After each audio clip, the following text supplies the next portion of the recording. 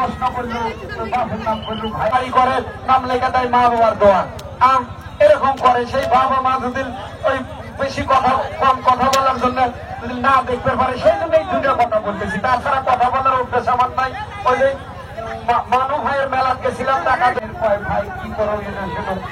আমি আসলে আমার এই বাপ মা ভাই বোনের নাম কতি বাবু মেলার সময় আমার দুটো বিয়ে ভাঙ্গেও গেছিল, কথা কম কই এই জন্য। তো যাই হোক, বেশি কথা কয়ের ভাবো না। সেই ওই সিমলার সাবেদ হকারের নাম শুনছেন, সাবেদ ভাইয়ের কথা বলবেন নিছিলাম, পিছনে দেখে সাবেদ ভাই খারাপ কয়েক গাদা তোর বাড়ি কনে, তুই সাবেদের নাম কর। সাবেদ দেখছিল, আমি কই ভাই আপনি কোন থেকে? কয় আমি তো তোকে চিনি না। বললাম আপনি আমার গুরু। 5 দিন কথা বলার পর সাবেদ ভাই কয় ছোট ভাই তুই আমার ছোট ভাই নাই, তুই আমার বাপ। তো বললাম এটা আবার কিভাবে কথা? বললাম আমার তো বেশি কথা করার অভ্যাস নাই, আপনারা হকার মানুষ। এই মাত্র কিন্তু প্রতিযোগিতা শুরু হয়ে গেল। জয় বাংলা, বাংলা তুফান এবং সেই রূপসী। যখনই শীতকাল আসে তখন কিন্তু মা বোনদের রূপচর্চার একটা দিনক্ষণ চলে আসে। যখনই এই শীতকাল চলে আসে, মা বোনেরা কিন্তু রূপের যে লাবণ্য সেটা ধরে রাখার জন্য অনেক কিছু কসমেটিক ব্যবহার করেন। আজকে কিন্তু এই আব্দুল মালিকের সেই রূপসী ছুটে যাচ্ছে। আজকে তার সামনে রয়েছে বাংলা তুফান। যতই তুফান আসুক না কেন, আব্দুল মালিকের সেই রূপসী কন্যার রূপ কখনো মলিন হবে না।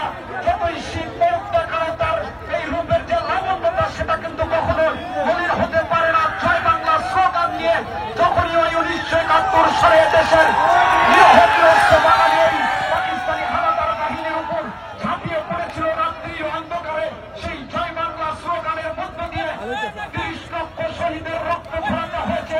2.5 লক্ষ মা বোনের ইজ্জত সম্মান হারিয়ে তারপরেও কিন্তু এই জয় বাংলা স্লোগানে মুখরিত হয়েছিল। 1971 সালের 16ই ডিসেম্বর কিন্তু বিজয় অর্জন করেছিল এদেশের নিরহ নিরস্ত্র বাঙালি। সেই জয় বাংলা, সেই জয় বাংলা ঘোড়া কিন্তু আজকে আবারও এই সরকার যুব সমাজ কর্তৃক আয়োজিত 3 দিনব্যাপী ঘোড়দৌড় প্রতিযোগিতা তার জয়ের মালা কিন্তু অক্ষত রাখার জন্য চেষ্টা করছেন। রূপসীর সেই রূপ লাবণ্য কিন্তু সামনে রেখেছে। যত প্রকারের শীত আসুন না কেন, মা বোনদের যে রূপচর্চার যে কসমেটিক সেটা কিন্তু এবার প্রমাণ করেছে। এই মেলায় কিন্তু কসমেটিকের দোকান রয়েছে, মা বোনেরা কসমেটিক কিনবেন। দেখবেন সেই রূপসী আব্দুল মালিকের রূপসী কন্যা কিন্তু এই মাত্র তার রূপ যৌবন যেটা বলো না কিন্তু অক্ষত রেখেছে।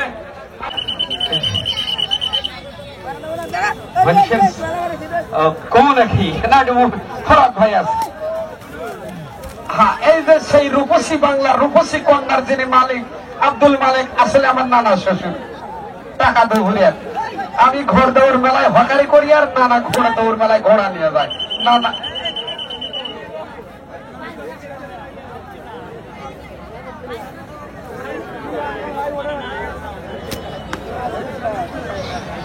আগুন পাখি এবং কিংরাজ, যে কিংরাজের কথা বলতেছিলাম, কিং মানেও রাজা, রাজা মানেও রাজা। আসলে এটা ডবল রাজা। আসলে এই রাজা কোন রাজা? রাজ্যহীন রাজা নাকি স্বপ্নে সে রাজা হয়েছে, নাকি তার কোনো প্রজা নেই, কোনো কিছুই নেই, শুধু নিজেকেই রাজা প্রমাণ করে। অনেক মানুষ ভিক্ষা করে খায়, তার নামও রাজা। মেলা মানুষ আছে নাম খুঁজে রাজা, অথচ ভিক্ষা করে খায়। আমি কিন্তু গতকাল একটা